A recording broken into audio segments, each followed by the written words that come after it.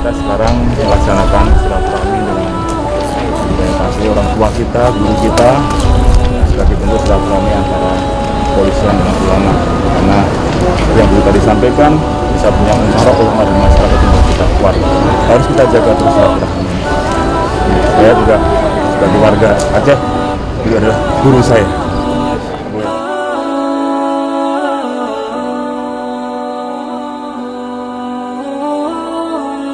Ini hubungan yang baik karena ini tujuan dari tujuan Rasulullah.